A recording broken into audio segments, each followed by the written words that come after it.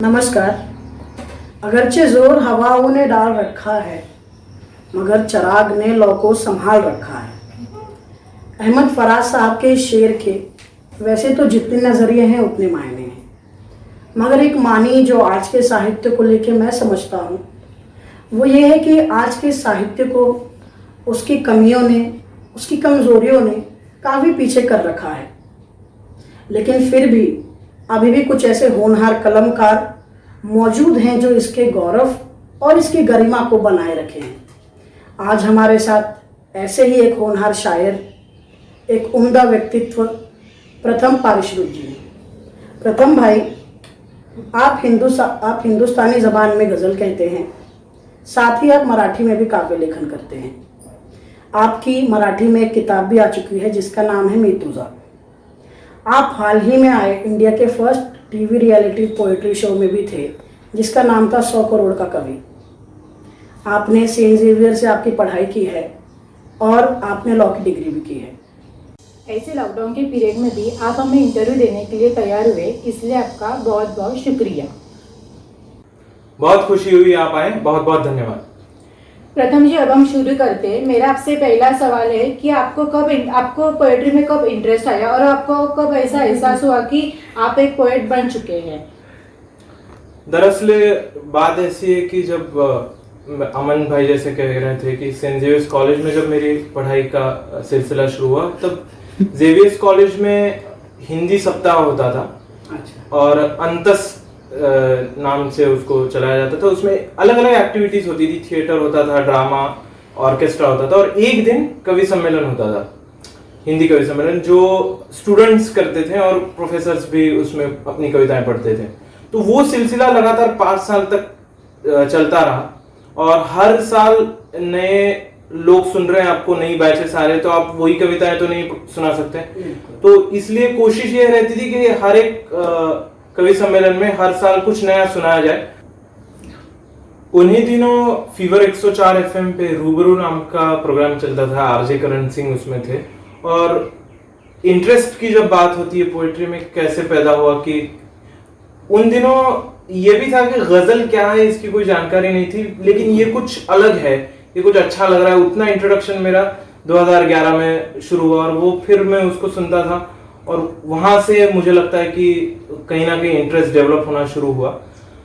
बात आपकी दूसरी सवाल की कि कब ये एहसास हुआ कि मैं अच्छा पोएट या पोएट हूं, तो मुझे लगता है कि पोएट होता नहीं है कोई भी, पैदा ही होता है पोएट अपने साथ लेके। क्योंकि कुछ चीजें होती है, आप डॉक्टर का बेटा डॉक्टर बना सकते हो, आप इंजीनियर हो तो इंजीनियर बना सकते हो अपने बेटे को, लेकिन आज अगर आप देखो कि जितने भी बड़े शायर है, जरूरी नहीं कि हर एक का बेटा या बेटी शायर हो, क्योंकि उसमें थोड़ा कुदरत का भी खेल होता है, थोड़ा आप लेके आते हो कुछ चीजें।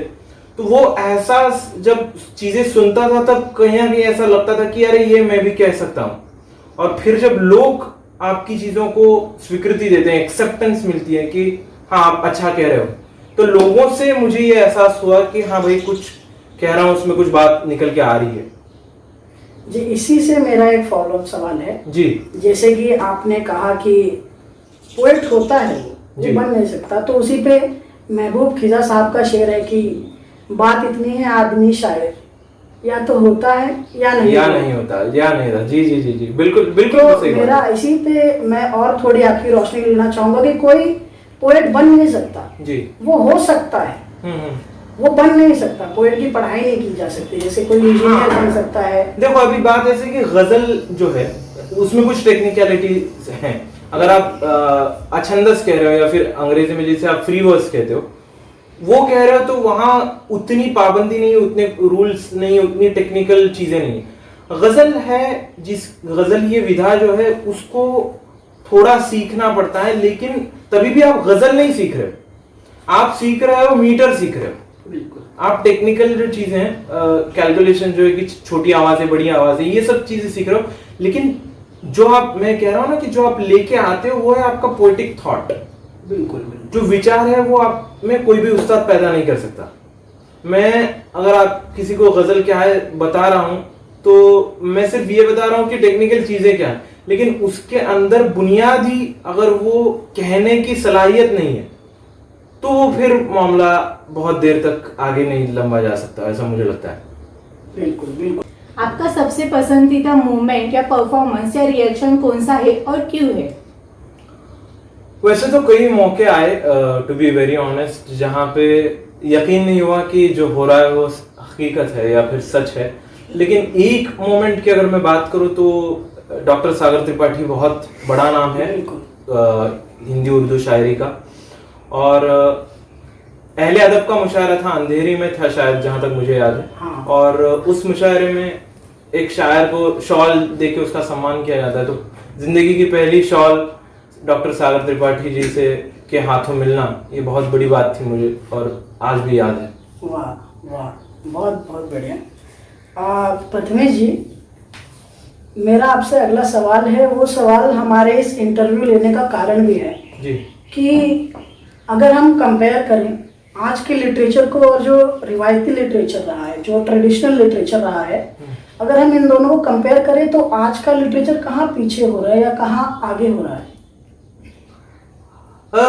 देखिए, मैं एक बात मानता हूँ, एक होती है भाषा, लैंग्वेज, और जो हमेशा कायम रहती है, वो चेंज नहीं होती। दूसरा एक चलता है पैरेलली, वो है स्लैंग। स्लैंग हर 5-10 सालों में बदलता है। अभी यो हनी सिंह के गाने अभी उतने रेलेवेंट नहीं लगेंगे आपको, अभी शायद कुछ और आएगा, 5-10 सालों में कुछ और आएगा। इसके ये जो है वो स्लैंग है, और स्लैंग के ऊपर जिसकी कमांड है वो उस दौर के लोगों को बहुत अट्रैक्ट करता है अपनी चीजों की तरफ। इसलिए गलत या सही मैं इसको उस नजरिए से नहीं देखता हूं, क्योंकि अभी जो है, अभी आप और हम जो भी बात कर रहे हैं, हम उस हिंदी में बात नहीं कर रहे जो हरिवंश राय जी बच्चन बोलते थे। बिल्कुल। या फिर उर्दू भी हम गालिब के जमाने की नहीं बोल रहे। बिल्कुल। तो वक्त के साथ साथ चीजें बदल रही हैं। हाँ, ये भी एक हो रहा है कि रिवायत को बरकरार रखने के उद्देश्य से उस कोशिश में लगे हुए लोग अभी भी हम शायरी में दश्त और हिजरा और हिजरत और ये सब चीजें लेके आ रहे हैं। बिल्कुल। सहरा, और दूसरी देखी जाए बात तो हम सेल्फी के जमाने में जी रहे, हम जूम, हम डीपी और ये सब चीजें शायरी में क्यों नहीं आ रही है? बिल्कुल। क्योंकि हम रिवायत को कहीं ना कहीं अभी हम साबित करना चाहते हैं कि मैं रिवायती शायर हूं। तो वो मुझे कहीं ना कहीं, अगर आप मुझे पूछो, वो कहीं ना कहीं मुझे गलत लगता है। इसका कहीं ना कहीं एक बैलेंस या मिड वे, एक बीच का रास्ता अगर निकल पाए तो वो मुझे लगता है कि सबसे बेहतर होगा, सुनने वालों के लिए भी और सुनाने वालों के लिए भी। बिल्कुल बिल्कुल। इसी से एक फॉलोअप मेरा क्वेश्चन है, जैसे कि आपने बताया कि आज कुछ गलत नहीं हो रहा है जी, लेकिन आज के जो पोएट्री भी हो रही है, यानी कि ना सिर्फ गजल हो या फिर जितने भी अलग अलग तरह की पोएट्री हो रही हैं, वो भी एक ही चीज को लेके, एक ही विषय को लेके मोस्ट ऑफ पोएट्रीज हो रही बिल्कुल है। बिल्कुल बिल्कुल। अगर आप 10-20 शायरों की गजलें अगर लेके बैठे और उनको पढ़े तो आपको लग रहा है कि एक ही बात हो रही है, कट कॉपी पेस्ट का मामला लग रहा है। बिल्कुल, ये पूछ रहे हैं आप। बिल्कुल। और उसमें ये भी है ना कि देखो, मैं मानता हूँ आप जिनको पढ़ रहे हो, अगर आप पिछले 3 महीने में फॉर एग्जांपल जॉन एलिया को पढ़ रहे हो, बिल्कुल, जाने अनजाने में न चाहते हुए भी उसका असर आपके ऊपर जरूर होगा। बिल्कुल। आप किसी को कॉपी नहीं कर रहे हो, लेकिन सबकॉन्शियसली जो चीजें आपके अंदर आ रही है वो कहीं ना कहीं आपके लेखन में निकल के आने वाला है, क्योंकि आप जो लिख रहे हो वो वैक्यूम से नहीं पैदा हो रही है चीजें, आपके अंदर कहीं ना कहीं है। हाँ, ये जरूर है कि आप उसको ट्रेस नहीं कर पाते कि भाई ये थॉट कहाँ से आ रहा है, लेकिन जो चीजें पढ़ रहे हैं उनका असर तो होता ही है, और वही हो रहा है। मुझे लग रहा है कि लोग वही चीजें पढ़ रहे हैं जिसके चलते वही चीजें लिख भी रहे हैं। बिल्कुल। और फिर हम जैसे लोगों को जब हम पढ़ते हैं हमें लगता है कि एक ही जैसा मामला लग रहा है सब कुछ। बिल्कुल बिल्कुल। इसी से जुड़ा हुआ मेरा आपसे अगला सवाल है, आज गजल लिखने के लिए सबसे फेमस विधा क्यों है? हाँ, ये बात तो है कि पिछले कुछ सालों में गजल बहुत पॉपुलर हुई है और बहुत सारे लोग गजल कहने में लगे हैं, लेकिन मैं ये नहीं मानता कि सबसे पॉपुलर है। कि सबसे पॉपुलर भारत में जहां तक सवाल है वो हमेशा फिल्मी गीत ही रहेंगे, क्योंकि जो गीत की अलग अपनी एक अहमियत है, और हिंदुस्तान में तो हर एक, मैं मानता हूँ, पैदाइशी गायक होता है, क्योंकि हम सभी हैप्पी बर्थडे टू यू गाते हैं, और वो जो एक क्रेज है वो तो बनी रहेगी। लेकिन हाँ ये है कि सोशल मीडिया के चलते, क्योंकि यूट्यूब पे बहुत सारा मटेरियल अवेलेबल भी होने लगा, जो मुशायरे पहले ज़माने में हुए थे उनकी वीडियोस अवेलेबल थी, लेकिन सोशल मीडिया के चलते यहाँ बैठकर भी हम पाकिस्तान के शायरों को सुन रहे हैं। तो वो जो एक एटमॉस्फेयर सोशल मीडिया ने क्रिएट किया, जिसके चलते लोगों को सुनने को भी मिलने लगी चीज़ें और फिर लोग कोशिश भी करने लगे कि हाँ मैं भी करता हूँ कोशिश। तो गज़ल का पॉपुलर होना मुझे लगता है ये है।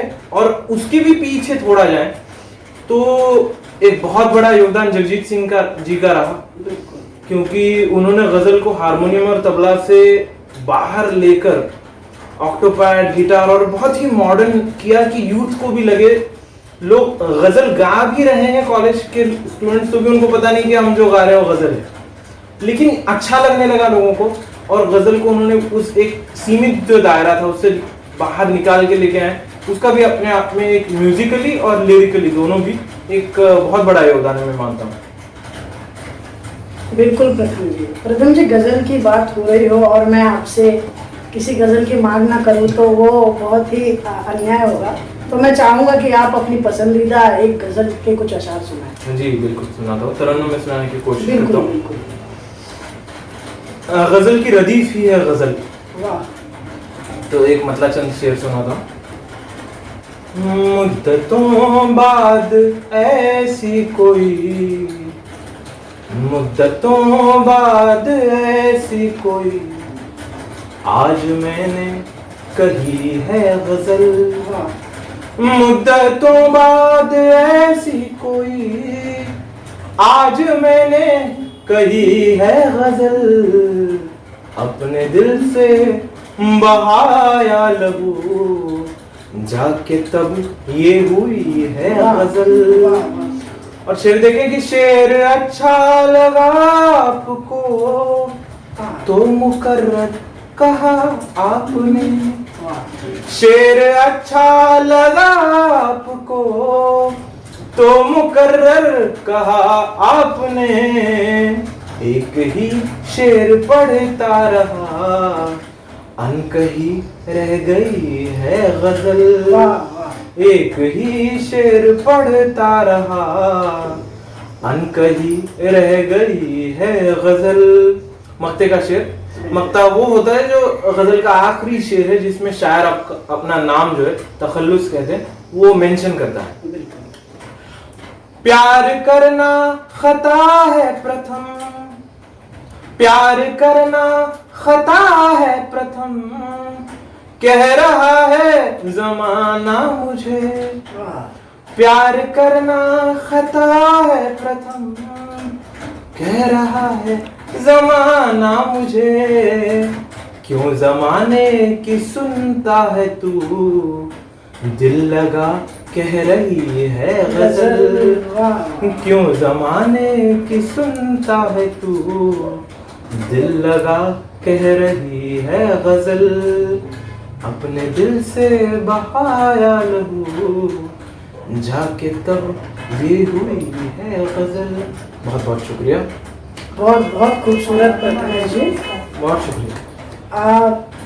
मैं अभी जिस स्टेट ऑफ माइंड में हूँ वहीं से एक सवाल है जी बिल्कुल। कि ऐसी एक आपकी बहुत खूबसूरत परफॉर्मेंस थी, मैं भी मौजूद था वहाँ, और आपकी एक कविता थी चातक, और जैसे ही आपने वो सुनाई तो जितना भी हॉल था, जितने भी लोग थे, जितने भी दर्शक थे, वो कविता की बहुत साइलेंट हो गए, बिल्कुल शांत हो गए। तो मेरा यही सवाल है कि वो जो खामोशी थी, वो जो तालियों पे दाद मिलती है, जो वाहवाह पे दाद मिलती है, वो खामोशी उन दादों के मायने में कितनी ज़्यादा अच्छी लगी या फिर कितनी ज़्यादा उसके बराबर? बहुत अच्छा सवाल है, बहुत अच्छा सवाल है।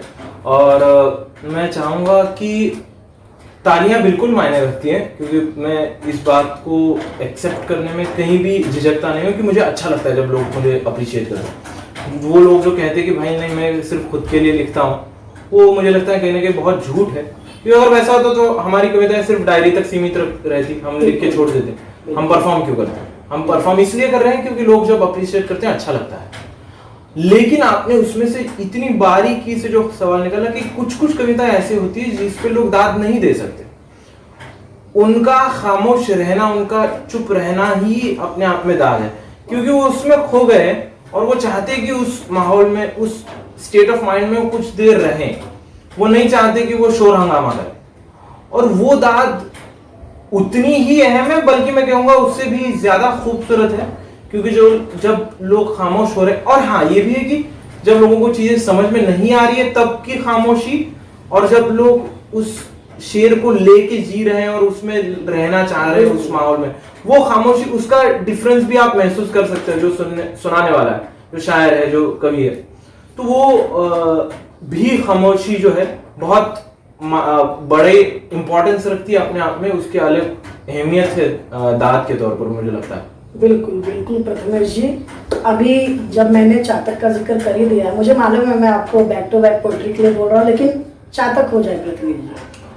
मराठी कविता है। जो भी लोग मराठी सुनेंगे इस वीडियो को, और जो लोग मराठी समझते हैं, चातक अशी एक आपली कल्पना आहे की एक असा जीव जो पाण्याच्या पहिल्या थेंबासाठी वाट पाहतो आणि तोपर्यंत पाणी पित नाही आणि त्या प्रतीक्षेत असतो। तर कल्पना एवढीच आहे की खेडेगावातला एक शेतकरी जणू एक चातक आहे आणि त्याचं मनोगत मांडण्याचा कुठेतरी प्रयत्न आहे। कविता सुरू करतो की शेतकरी म्हणे साऱ्या समाजाचा अन्नदाता आहे, शेतकरी म्हणे साऱ्या समाजाचा अन्नदाता आहे, ऐकायला कितीही बरं वाटलं तरी या नुसत्याच पोकळ बाता आहेत। शेतकरी म्हणे साऱ्या समाजाचा अन्नदाता आहे, ऐकायला कितीही बरं वाटलं तरी या नुसत्याच पोकळ बाता आहेत। बळीराजा म्हणून त्याचा रंक केला, बळीराजा म्हणून त्याचा रंक केला, टीव्ही वाहिन्यांनी आत्महत्यांवर त्याच्या विशेष अंक केला। बळीराजा म्हणून त्याचा रंक केला, टीव्ही वाहिन्यांनी आत्महत्यांवर त्याच्या विशेष अंक केला।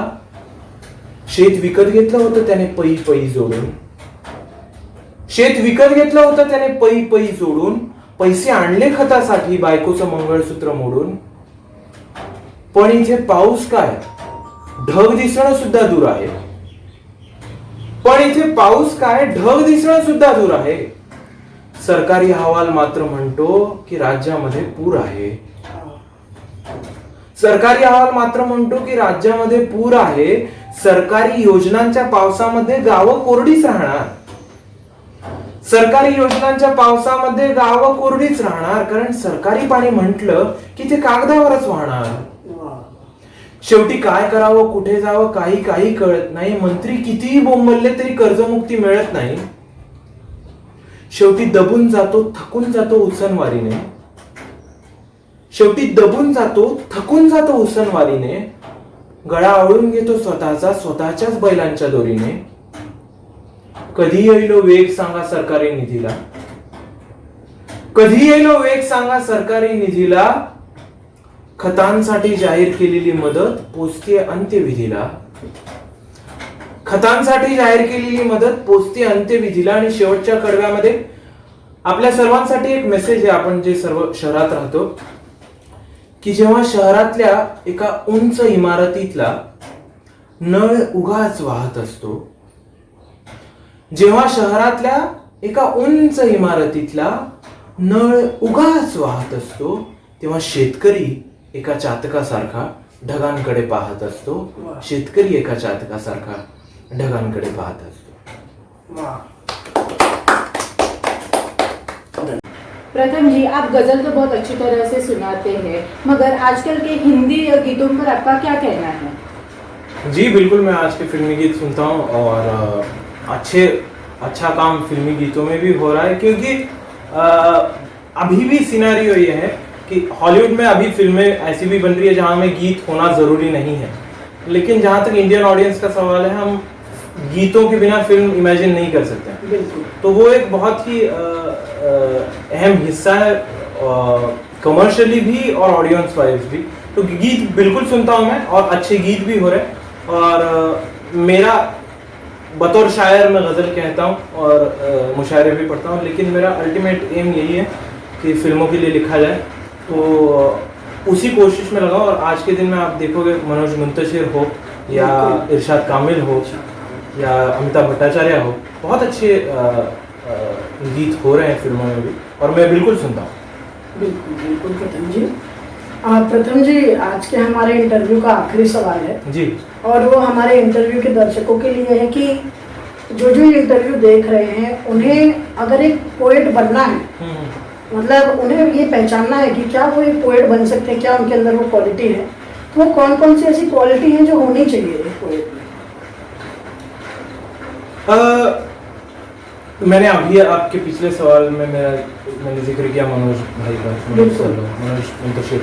आपने अभी मनोज मुंतशिर कहूँगा लोग नहीं पहचानेंगे, मैं अगर कहूँगा तेरी मिट्टी तो लोग जान जाएंगे तेरी मिट्टी मनोज मुंतशिर का गाना, या फिर तेरी गलियाँ मनोज मुंतशिर का गाना।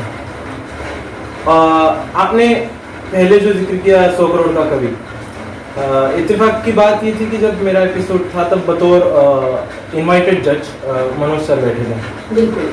और उन्होंने एक बात कही जो मैं कहना चाहूँगा और जिसके ऊपर अमल करने की कोशिश मैं भी कर रहा हूँ, कि वो कहते हैं कि लिखना जो है वो छलकना है और पढ़ना जो है वो भरना है। वाह। अगर आप पूरी तरीके से भरे नहीं हो तो आप छलकोगे नहीं, यू विल नॉट ओवरफ्लो अगर आप पूरी तरीके से भरे नहीं हो। तो यही बात है कि आपको पढ़ना बहुत जरूरी है। जब आप 2000 पन्ने पढ़ते हो तो आपको 2 पन्ने लिखने का हक मिलता है। तो और पहले जैसे मैंने कहा कि जो थॉट्स बन रहे वो तो वैक्यूम से नहीं बन रहे, तो पढ़ना बहुत जरूरी है। और 2 तरीके हो सकते हैं कि आप जो इरशाद कामिल जी ने कही थी ये बात, कि आप जिंदगी को जी के फिर राइटर बन सकते हो, या फिर आप चाहो कि मैं राइटर बनूं और राइटर बन के बतौर राइटर जिंदगी जीऊं। तो अगर आपका नजरिया दूसरा है कि पहले आप राइटर बनना चाहते हो और राइटर की जिंदगी जीना चाहते हो, तो मुझे लगता है कि वो कहीं ना कहीं गलत है। पहले आपने अगर जिंदगी को जिया है और फिर चीजें लेखन में आ रही है तो ठीक है।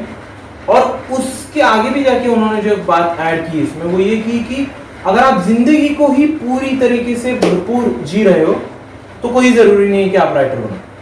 आप राइटर नहीं बनोगे कोई फर्क नहीं पड़ेगा, क्योंकि आप जिंदगी को पूरी तरीके से जी रहे हो। लेकिन अगर आपको एहसास हो गया है कि आप मुझे लिखना है, तो 2 बातें हैं कि जब आप पहले तो यही होता है कि आपके यार दोस्त, आपके स्कूल में प्रोफेसर्स आपको अप्रिशिएट करते हैं, फिर आप कोई मंच पे जाते हो वहाँ अप्रिशिएट करते हैं, तो लोगों का एक्सेप्टेंस एक बात है। दूसरी बात यह है कि आपको पढ़ते रहना चाहिए, कि जितना आप पढ़ोगे उतनी चीज़ें निकल कर आएगी, उतने नए टॉपिक्स आपको, मौजू आपको मिलेंगे चीज़ें कहने के लिए। आप जैसे पहले बात कर रहे थे कि वही बातें हो रही है, तो वही बातों से बचने के लिए पढ़ना बहुत ज़रूरी मुझे लगता है। और फिर यह है कि मैंने लिखी हुई जो चीज़ है वो जब तक मैं जिंदा हूं तब तक ही उसको बदली जा सकती है वो चीज़। अगर मैं नहीं हूं तो फिर वो वैसे ही रहेगी। ये कहने से मेरा मतलब ये है कि जब तक मैं हूं तब तक अगर मुझे लगता है कि इसमें कुछ बदल सकता है तो उसको जरूर बदलना चाहिए। कि मैंने अगर ये लिख दिया है तो ये पत्थर के ऊपर लकीर है, ऐसा मामला बिल्कुल भी नहीं है। अगर कोई मुझे सुझाव दे रहा है कि ये ना लफ्ज एक इस तरीके से आप इस्तेमाल करना चाहिए, या फिर ये बात आप ऐसे भी कह सकते थे, और वो बात अगर मुझे भी सही लग रही है तो मुझे उसको बिल्कुल बदलना चाहिए। तो मेरा मानना ये है कि हम लिखने के पहले हमारे जहन के ऊपर एक पत्थर रखते हैं, और वो पत्थर ये रखते हैं कि मैं जो चीज़ें लिखूंगा उसको हजारों बार काटा जाने वाला है। तो वो अगर तैयारी है तो फिर बिल्कुल आए और कोशिश करें, ये मेरा मानना है।